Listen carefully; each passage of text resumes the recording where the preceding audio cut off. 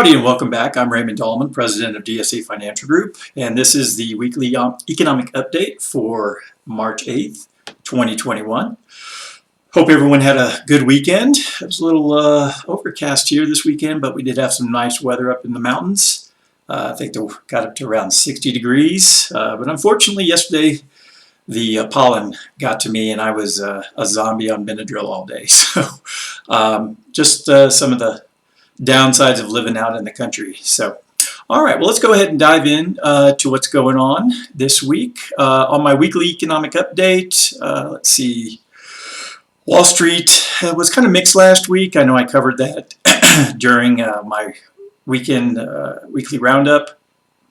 The Dow Jones was up 1.82, S&P was up 0.81, and the NASDAQ was down 2.06. So, you know, kind of mixed. I think investors right now, at least the institutional type, are being a little cautious, and you know, with certainly is understandable with everything that's been going on the last couple of years. So, rising yields in the bond market. Have some more to talk about that in a little bit. And then the dollar has strengthened quite a bit in the last week. When I looked at the dollar index last night, I think it was over 92. So it's almost 3 o'clock on Monday. So it's a little surprising with the dollar creation that's been going on this year that we would see an increase in the dollar compared to other currencies that are out there, but we'll see. All right, economic data this week. The CPI will come out on Wednesday. Thursday's normal jobless claims, job openings. And then Friday is consumer sentiment. Let's see here. Companies reporting their earnings this week. Campbell Soup, JD.com, Ulta, DocuSign, and GoodRx. So looks like earnings season's starting to slow down a little bit. So we'll see how those numbers come out. All right, let's jump over to, I'm also sending out my monthly update.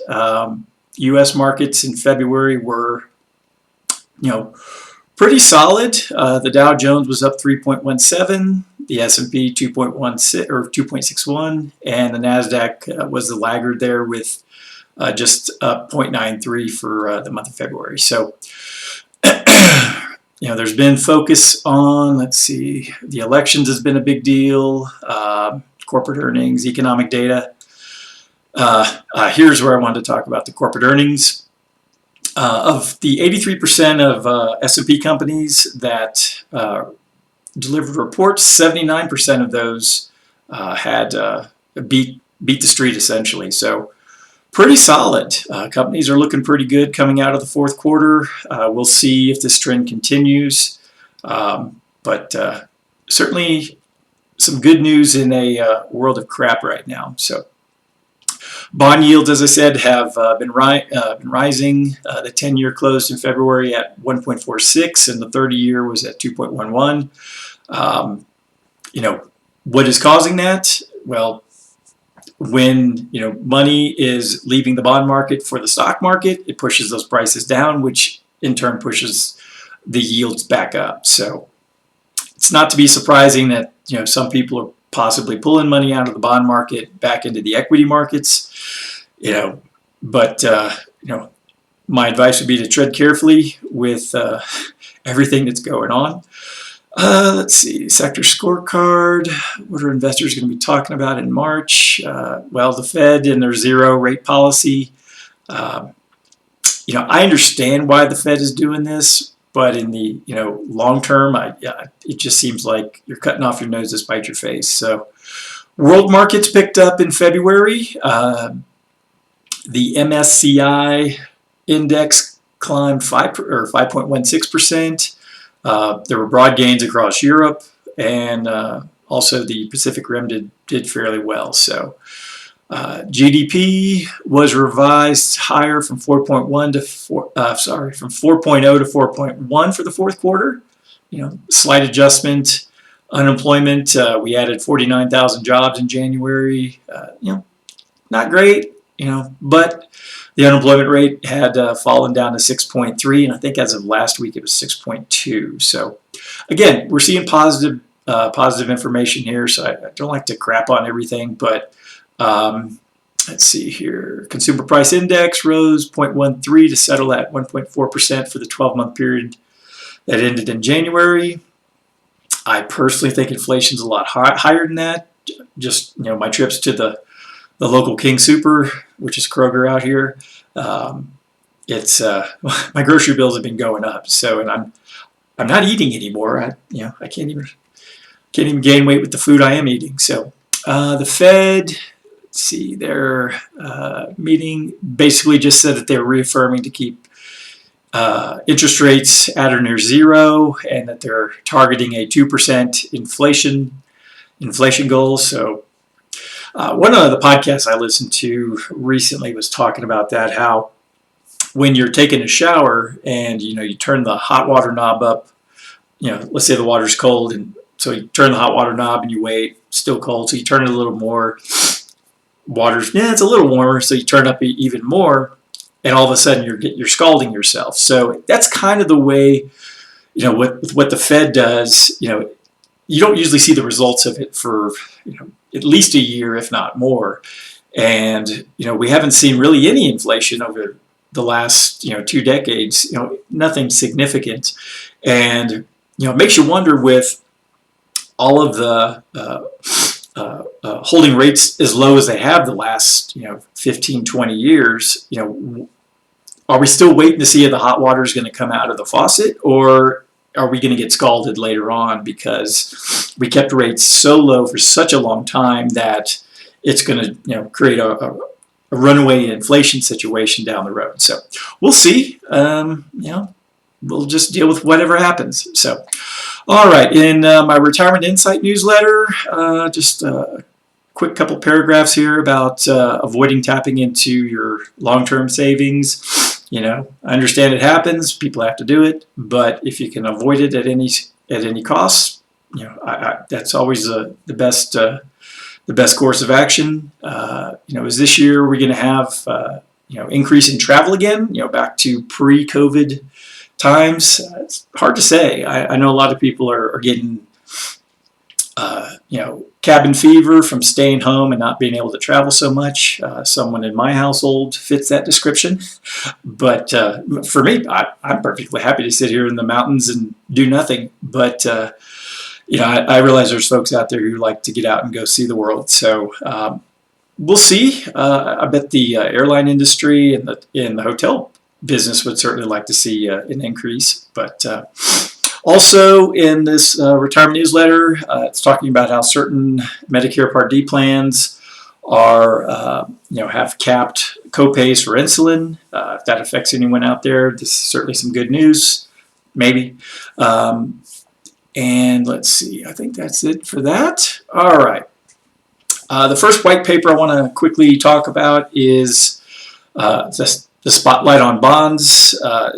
There's been a lot of headlines. I've seen a lot of the chyrons going across the TV over there, talking about bond yields and how they've been increasing. And, again, like I talked about a couple of minutes ago, when money is leaving the bond market, as the prices go down on the bonds, the yields go up. Think of it kind of like a seesaw, but there's been some good reasons, strengthening of the economy, but again, some concern. I know I'm beating this drum like a dead horse, but inflation is something I'm extremely worried about, because it's really going to hurt the folks at the bottom end of the income spectrum. If you've lived very comfortably and you have plenty of money set aside, having to pay a little bit more for bread and milk isn't necessarily the end of the world. But when you're in your early 20s and you're just trying to get ahead, it can be very, very tough, and I can certainly understand that. So, all right, next, understanding extended care. This could be long-term care, in-home care. The issue with Americans living longer and is that we have to plan for Whereas, 30, 40 years ago, someone might pass away in the early 70s. Today people are living, a decade longer. And if you take really good care of yourself, you might live into your 90s like several of my relatives. So, planning ahead, do you want your kids to take care of you? Do you want your grandkids to take care of you? Do you want to pay for that all of yourself? Again, something you have to plan for when you're, in your 30s and 40s and 50s. But again, just some food for thought for folks out there as far as what the costs are. And, if you're already 75 and hadn't planned ahead for this, well, there's not a whole lot you can do at this point. So, all right. This acronym, I'll look at SPACs, which are Special Interest Acquisition Companies. And I guess I would probably, if I were to, put this in layman's terms, it's kind of like a small hedge fund that has a sole purpose of consolidating assets to then, buy out public companies. And this was an acronym I haven't really seen a lot, so I figured I'd take a second and talk about it. But I haven't seen this acronym in the news much. If you have, feel free to give me a buzz and let me know. But just a little bit of extra knowledge for you. If you see this when you're reading the financial sections, you'll have a better understanding of what that is. The emergence of ESG investing. This reminds me a lot of the kind of mutual funds and ETFs I was seeing 15 years ago that focused on like green companies or female-run businesses or whatever special interest you might want to group together. To me, it's something that's it's like adding an extra feature on a car that really doesn't get any use, but it sometimes makes people feel better. So, anyways, but yeah. So typically, if you go to your mutual fund companies or your ETF companies, you can they usually have a checkbox if you want to specifically invest in companies that are conscious of certain things. So the many forms of fixed income is the next white paper that I'm attaching. Basically just goes through from government to corporate, short-term to long-term, different types of bonds that are out there, the types of ratings that are assigned from the rating agencies, if you put a lot of stock into them. If you can recall back, gosh, that was probably more than 10 years ago when the rating agencies got bit in the butt for essentially pencil whipping a lot of stuff, and there was a lot of bonds out there that were just trash, and they were getting the thumbs up from the rating agencies. So, hopefully they've cleaned up their act a decade later, but we'll see. And then the last one, volatility tests your mettle. Volatility is a strange thing. It's when things are going, volatility in a positive direction usually makes you feel pretty good. But when, like last year at this time, the market was just jumping all over the place. We had days where it was down 10%, and that can give you a queasy feeling in your stomach when you look at your clients' accounts. So, just some food for thought, and puts things in some perspective on the markets. So no one likes volatility. It doesn't really bother me, but it does get on my nerves sometimes, and you get that sick feeling in the pit of your stomach when the market's acting all crazy. So, all right, well, that's the different white papers that I had, and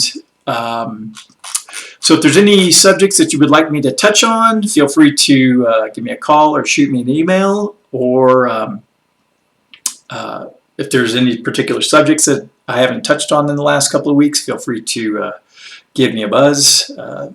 Sorry if I'm a little spacey today. I think the 20 Benadryl I took yesterday was a little too much, but hopefully by the end of the week I'll be a little more bushy-tailed and bright-eyed by then. So everyone have a fantastic week, and look forward to talking to folks as my quarterly meetings are picking up right now. So have a good one, and talk to you soon. Bye-bye.